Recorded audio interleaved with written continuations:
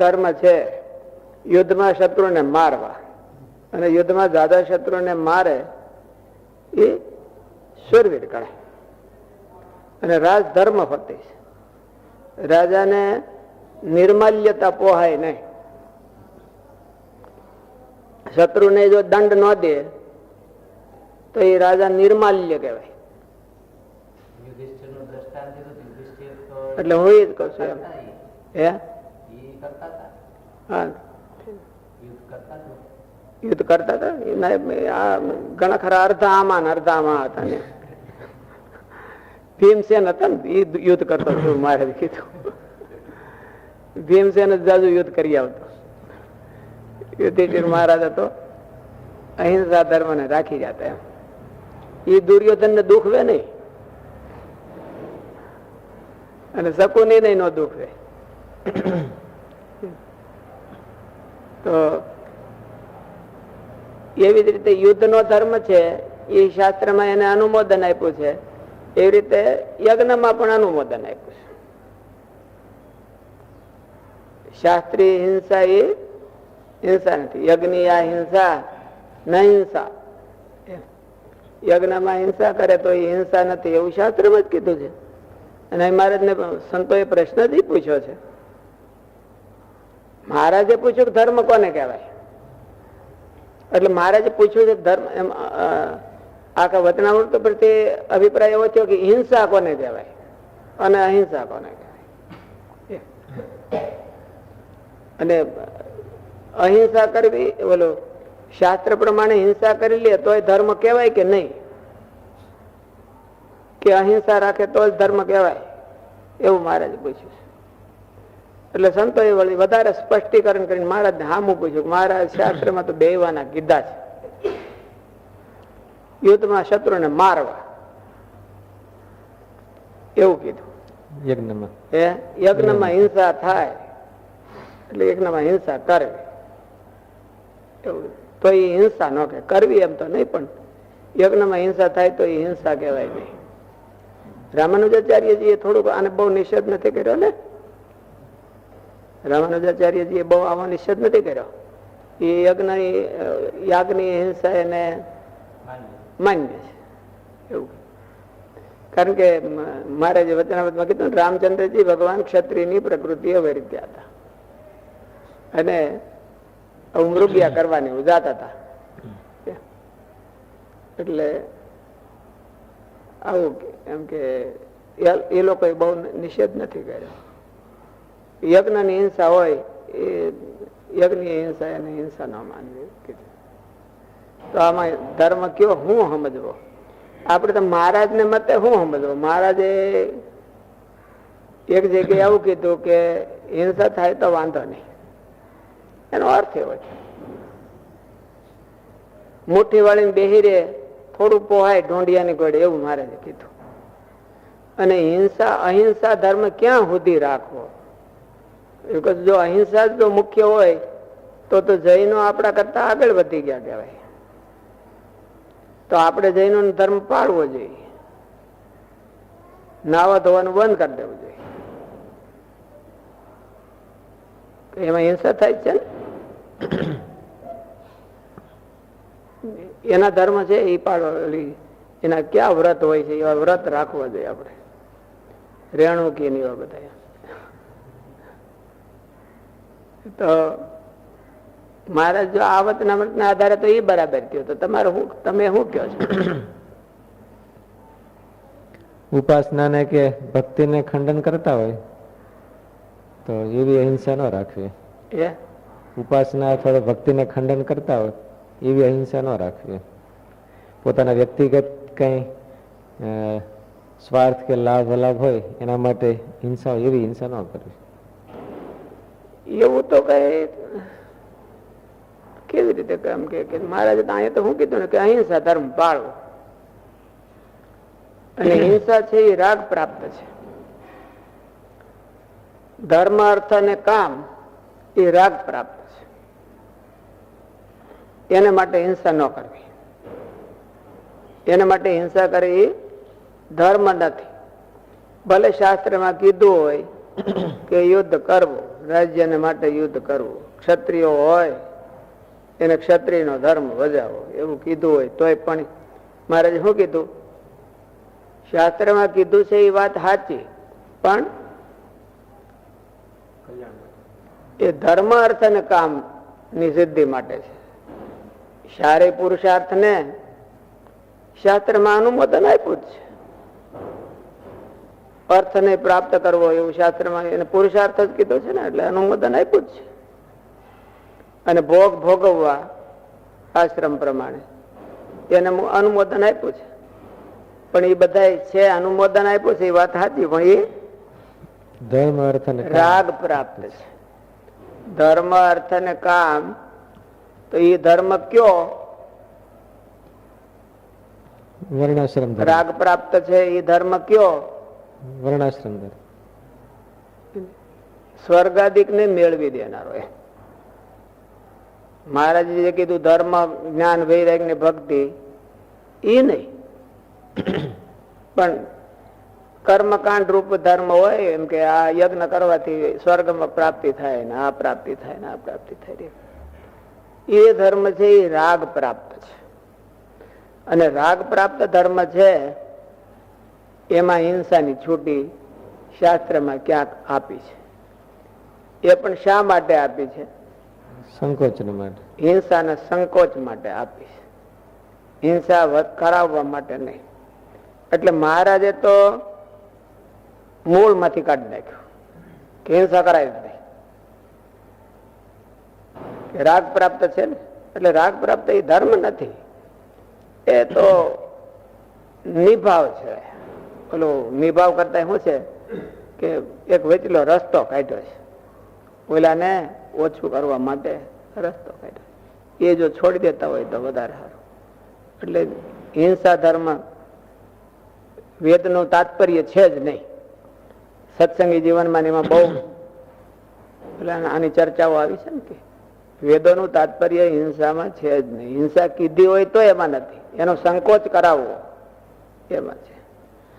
તો હિંસાનો સંકોચ કરાવો તો જૈન ધર્મમાં આપણા કરતા વધારે હિંસાનો સંકોચ છે, તો આપણે કેમ એને અપનાવતા નથી?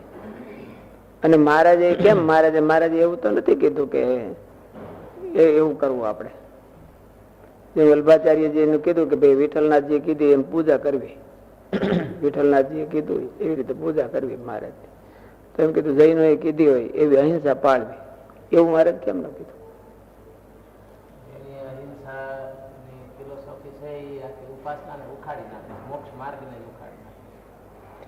એટલે એનો અર્થ એવો થયો કે એક મોક્ષ ધર્મ છે અને એક અહિંસા ધર્મ છે.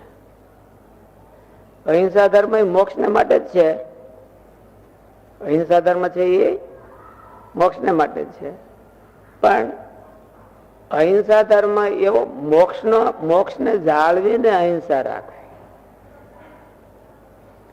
જે અહિંસા મોક્ષનો ઘાત કરતી હોય એવી અહિંસા ન રાખે. જેમ સત્યની બાબતમાં કીધું ને, સત્ય ને બે કિનારા છે. ક્યાં ક્યાં? ભૂત અનુપઘાત, ભૂત માત્ર નું હિત કરવું એમ, અને બીજું કલ્યાણ, યથાર્થ હોય એવું કેવું. એ સત્ય કલ્યાણ કરતા સત્ય ને આ સત્ય બે વચ્ચે આવેલું જાય છે.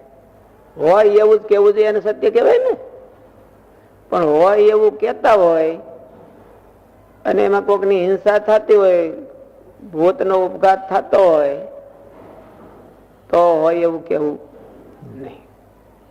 એટલે એને બે કિનારા કહેવાય, એની વચ્ચે સત્ય આવેલું જાય છે. સત્ય છે એ બે કિનારા વચ્ચે, અને બે કિનારા ક્યાં? બે હાચવવાના છે. ભૂતનું હિત થવું જોઈએ અને યથાર્થ વાદિતા હોવી જોઈએ, જે હોય એ પણ બોલવું. એટલે બે નો એમને સમન્વય કરીને સત્યની રક્ષા કરવી. એમાં બે માં ક્રોસિંગ આવે તો વધારે કોને વધારે કેમાં સત્ય રહ્યું? ભૂત અનુપઘાતમાં હોય એવું ન બોલાય તો કાંઈ વાંધો નહીં, પણ જાજા જીવનું હિત થવું જોઈએ તો સત્યની રક્ષા થઈ. એ બહુ મહત્વની વસ્તુ છે. એવી રીતે અહિંસા તો ઓલો સત્ય ધર્મ છે. 5 ધર્મ છે ને, 5 વ્રત છે, મહાવ્રત. એ ધર્મના વ્રત છે. એવી રીતે અહિંસા વ્રત છે. અહિંસામાં ભૂત ઉપઘાત આવ્યો. ભૂત ઉપઘાત બંધ કરવો, અનુપઘાત થવો જોઈએ. પણ ક્યાં સુધી? ઓલે પણ ભૂત અનુપઘાત ને મુખ્ય આપવા, મહત્વ આપવામાં આવ્યું હતું.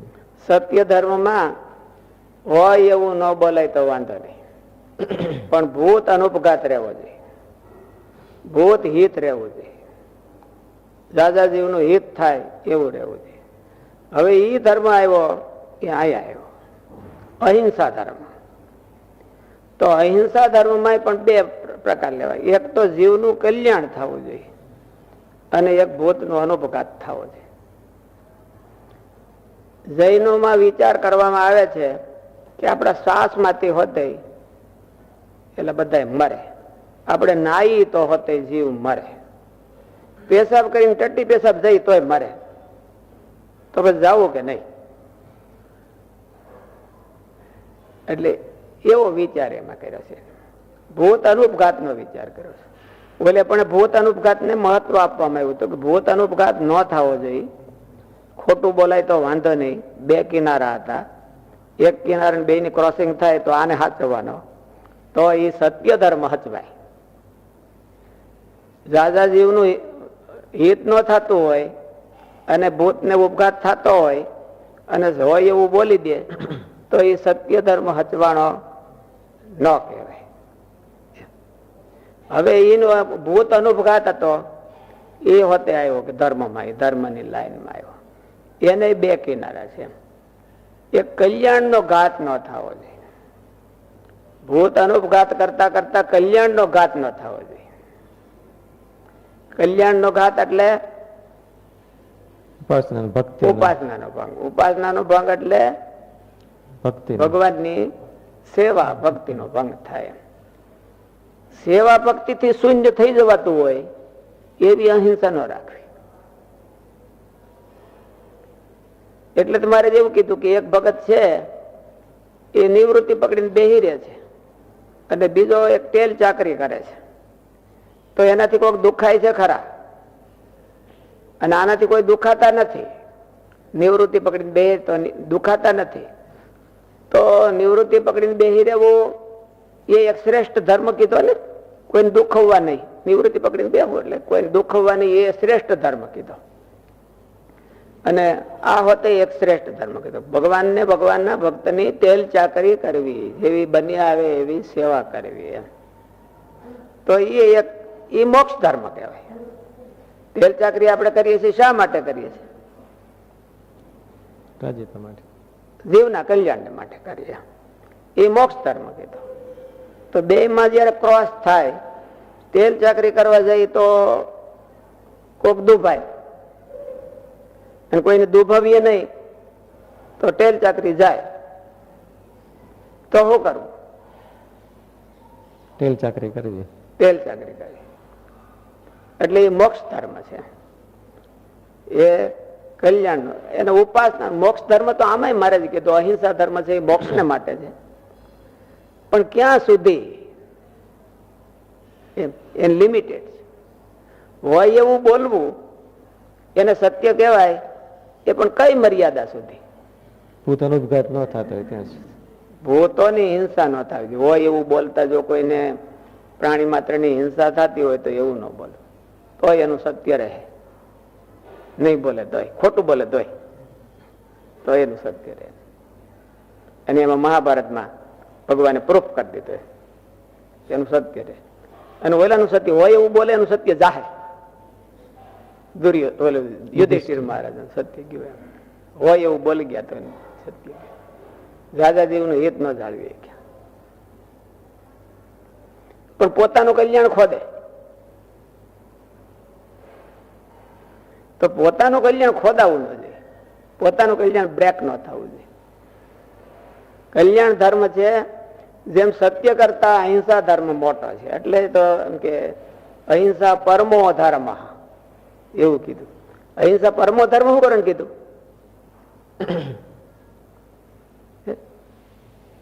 સત્ય કરતા મોટો છે, એટલે કોકના કરતા મોટો હોય તો થાય ને. સત્ય કરતા પણ અહિંસા ધર્મ મોટો છે. સત્યને પાલન કરતા કરતા અહિંસા જો ડેમેજ થઈ જાય તો મોટો ભાઈ ડેમેજ થઈ ગયો. એટલે અહિંસા પરમો ધર્મ, અને એના કરતા પણ મોક્ષ ધર્મ છે, એ ઉપાસના ધર્મ છે, એ એના કરતા મોટો છે.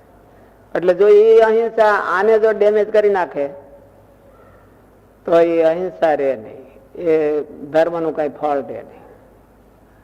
એટલે મારે કીધું કે મુઠ્ઠી વાળીને બે થોડુંક હોય ઢોંડિયાની ઘોડે એવું સમજ. અને દુખાય તો કઈ વાંધો નહીં, એની બહુ પરવા ન કરવી, પણ તેલ ચાકરી કરવી. તેલ ચાકરી કરીને હળી ન કરવી, પણ તેલ ચાકરી કરવી. તેલ ચાકરી કરતા કરતા હળી કરવાની ટેવ હોય કોઈને. વિશુદ્ધ સ્વામી એવું નથી ને. તો એટલે સેવા કરવાની, પણ કોઈને હળી ન થઈ જાય ધ્યાન રાખવાનું. મોક્ષ નો ધર્મ મારે એમાં કીધો છે. એટલે સાચો ધર્મ કયો, અહિંસા ધર્મ કે મોક્ષ ધર્મ? મોટો ધર્મ. બે ધર્મ તો સાચા ને કહેવાય.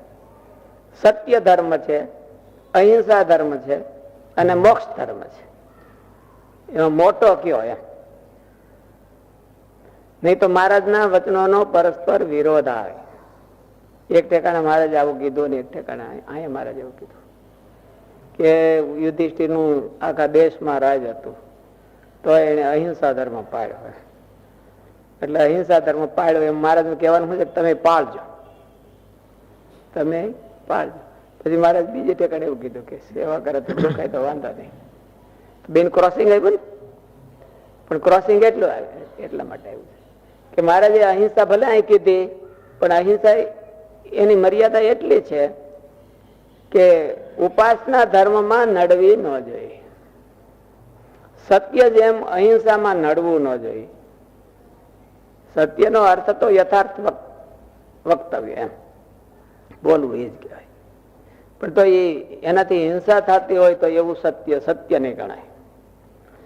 એમ ઉપાસનાનો ભંગ કરતું હોય તો એવી અહિંસા નહીં ગણાય, એ ધર્મ તરીકે નહીં ગણાય.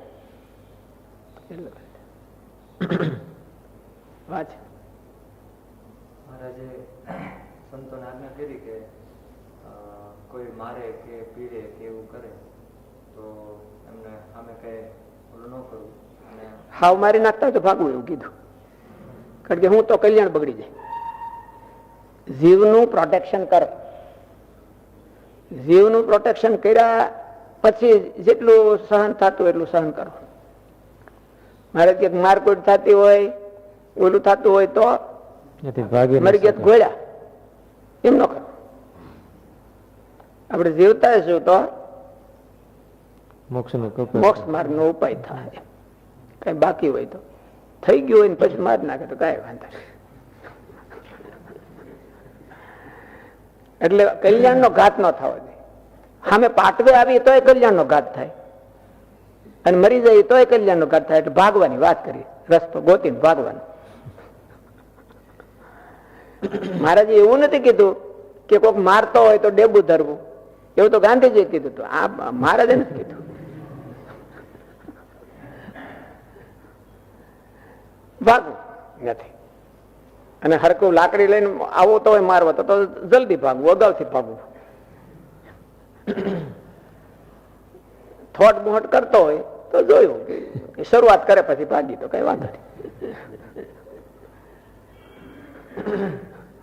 મેં કહ્યું ઓલી આત્મનિષ્ઠા નો કહેવાય, પછી આત્મનિષ્ઠા જળવાવી જોઈએ ને આપણી પાસે. એ એક ધર્મ કીધો આપણને. અગાઉથી ભાગી પૂછડી દબાવીને એને મારવાનો ન હોય ને ખાલી ડોળા જ કાઢવાનો હોય.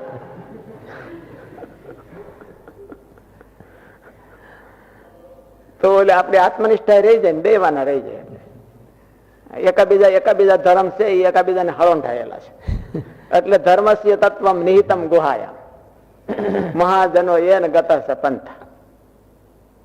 કયો ધર્મનું ક્યારે રક્ષણ કરવું? આપણે પાટવે નો આવવું, પણ જીવનું પ્રોટેક્શન કરવું. જીવનું પ્રોટેક્શન એટલે કલ્યાણનું, દેહનું. ત્યારે તો દેહનું પ્રોટેક્શન કરવું કે મરી ન જવું. મરી જાય તો આપણે કલ્યાણનો આત્મઘાત કર્યો કહેવાય. મરી જાય. બાકી બે ઓલા લાફા માર દીધા કે બે દંડા માર દીધા તો અડધર ચોગડવાની હાજે એની ના નથી પાડી મારે છે. જલ્દી હાજુ થવાય તો જલ્દી ભજન થાય પાછું. મહારાજ બહુ આપણને સીધું કરી દીધું છે. પણ દેહપાત થાય એવું ક્યાંય સહન ન કરો.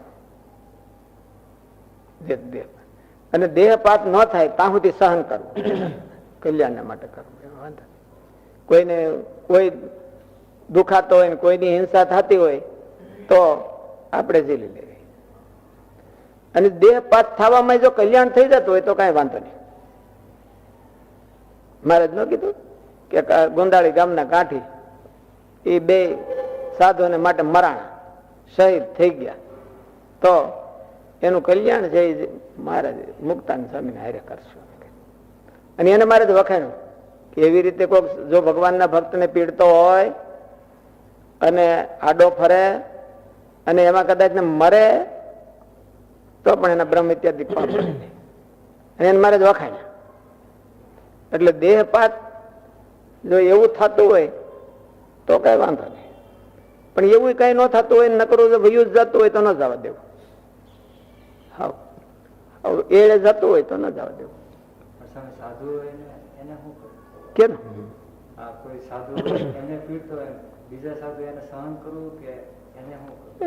પીટવા ન દેવો, બથ ભારી રાખે તો કઈ વાંધો નહીં. સામે પીટવા જ મનવું એવું કઈ નહીં.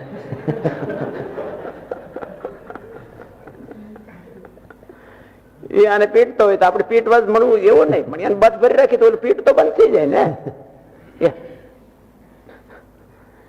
શાસ્ત્રીજી મહારાજ બોલ પણ ઓલો હોની ભગો હોની તો એ મારવા આવ્યો તો પેલા નતા, હું નામ તો ભૂલાઈ ગયું, સ્વામી અક્ષર નહીં બીજા રાજુલામાં સંત હતા. હા, એટલે ઓલા પકડી લીધો, પકડીને માર્યો ધક્કો, ડેલી દઈ દીધી બાકી. એટલે જો એ પીટવા મળ્યા હોત તો બળિયા હતા, પકડ્યો તો ત્યારે બળિયા જશે ત્યારે એમ પકડ્યો ને, અને હરકો પૂરો પાથરો કરી દીધો તો થાત.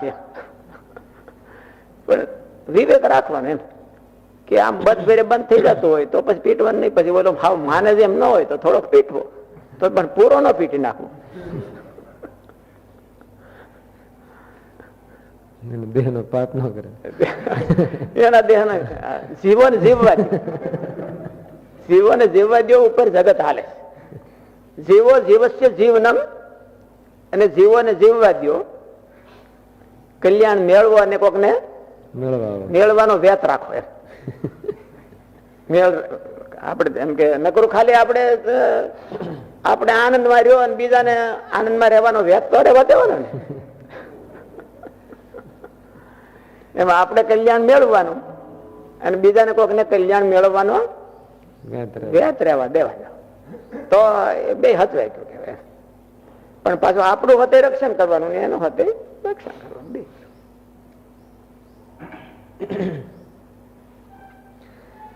પ્રતિપાદિત પ્રિદાસજી એવું ક્યાંક નામ હતું, રાજુલામાં સંત સ્વામી.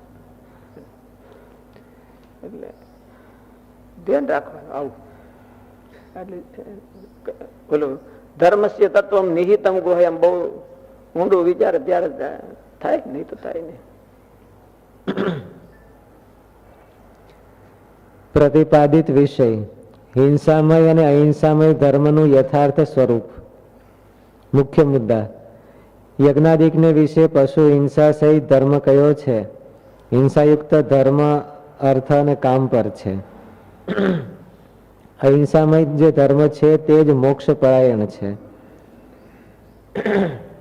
એટલે મહારાજનું તાત્પર્ય છે કે મોક્ષપરાયણ ધર્મને સ્વીકાર કરવો. હવે એની અહિંસા જો મોક્ષનો ઘાત કરે તો એને ન સ્વીકાર કરે. મહારાજ છે, મહારાજના ઉપદેશેલા ધર્મ છે એ બધા કલ્યાણ મૂલક છે. એવું નહીં કે જે ખાલી ધર્મ મૂલક કે પરલોક મૂલક એવું નહીં, સ્વર્ગાદિક મૂલક નથી, પુણ્ય મૂલક નથી, પણ કલ્યાણ મૂલક છે. જે ધર્મ પાળવાથી જીવનું કલ્યાણ થાય, આને અજનને કલ્યાણ થાય એવો ધર્મ પાળવો એટલે મોક્ષ મૂલક છે. એટલે એવી અહિંસા પણ ન રાખવી એને મહારાજે બીજે ઠેકાણે કીધું. અહીંયા તો પૂરું જ કીધું કે અહિંસા પાળવી. પણ બીજે આમ પૂર્વા પર આમ કે મહારાજના વચનો મેળવીએ તો અર્થ આવો થાય. જેમ સત્ય ધર્મ એમ કલ્યાણ ધર્મ. કલ્યાણના ધર્મના બે કિનારા ક્યાં?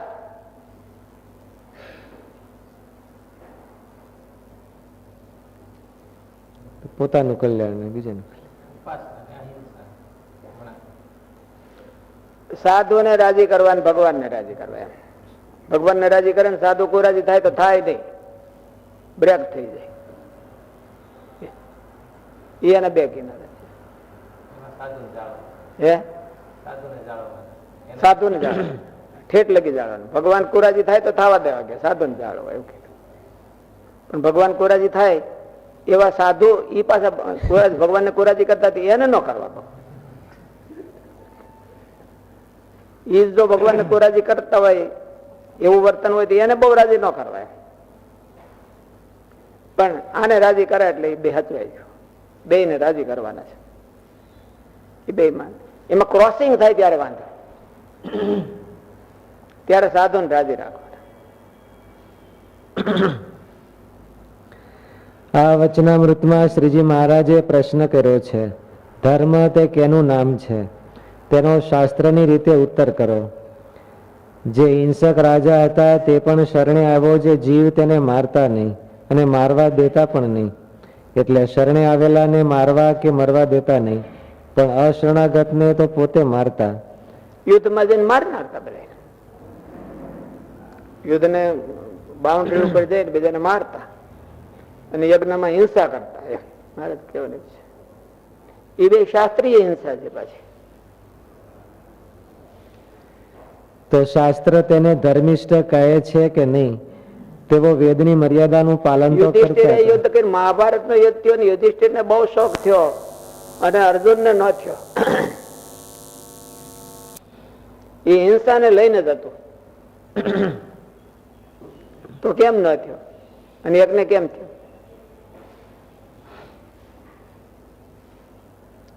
યુધિષ્ઠિર